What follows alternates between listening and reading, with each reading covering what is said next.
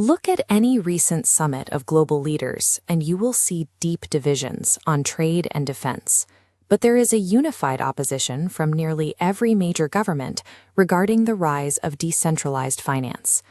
Politicians typically justify this hostility by citing the need to protect citizens from scams, criminals, and market volatility. They frame their opposition as a simple matter of consumer safety.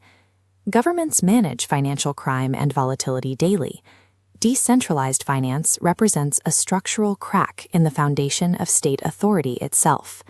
Sovereign power relies on the absolute authority to dictate how a national economy functions and how its citizens store and transfer wealth. To maintain that authority, the state relies on three specific financial pillars. Decentralized finance is specifically designed to bypass all of them. The first pillar is the central bank, which dictates national monetary policy. Our fiat currency system functions because governments can inflate or deflate the money supply. This ability allows them to manage national debt and steer the direction of the economy. Cryptocurrency introduces the hard-capped asset. A hard-capped asset is a currency with a strictly coded maximum supply that can never be increased by a central authority. Bitcoin is the primary example, with a code-enforced limit of 21 million coins. This chart shows the M2 money supply rising on one axis, while Bitcoin's supply cap remains a static line. Because it is algorithmically fixed, it cannot be manipulated to meet government spending needs. If a population adopts fixed supply networks, the central bank loses its primary steering wheel for the national economy. The second pillar relies on capital controls and the enforcement of geopolitical borders through systems like SWIFT. SWIFT is a global messaging network used by financial institutions to securely transmit instructions for international money transfers. Traditional banks are choke points. Governments can order them to block assets. Decentralized networks replace these with smart contracts, self-executing blockchain code that automatically triggers transactions when specific conditions are met, allowing users to bypass the central hub entirely. Because a smart contract is autonomous code on a global network, it ignores physical borders. There is no corporate CEO to subpoena and no central server for a state to unplug. This peer-to-peer architecture renders financial sanctions, the state's most effective nonviolent weapon, functionally obsolete.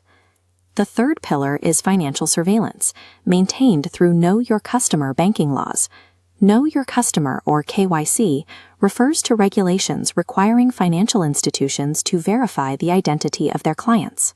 Taxation and wealth collection rely on banks automatically reporting your transaction data to the state.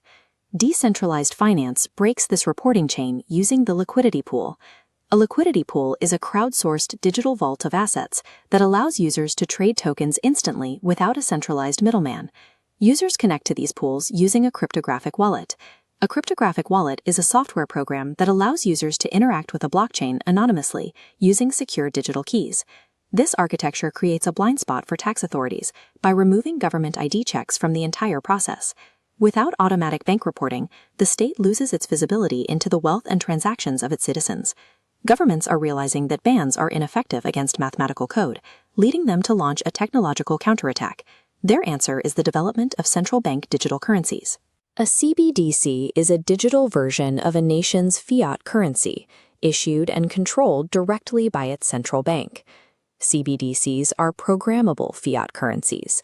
They allow the state to attach tracking metadata or expiration codes to your money, contrasting with the encrypted, unregulatable nature of decentralized assets.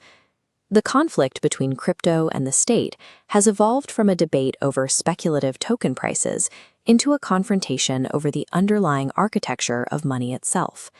This is a zero-sum battle between the decentralized internet and the sovereign state. The victor will command the power dynamics of the 21st century.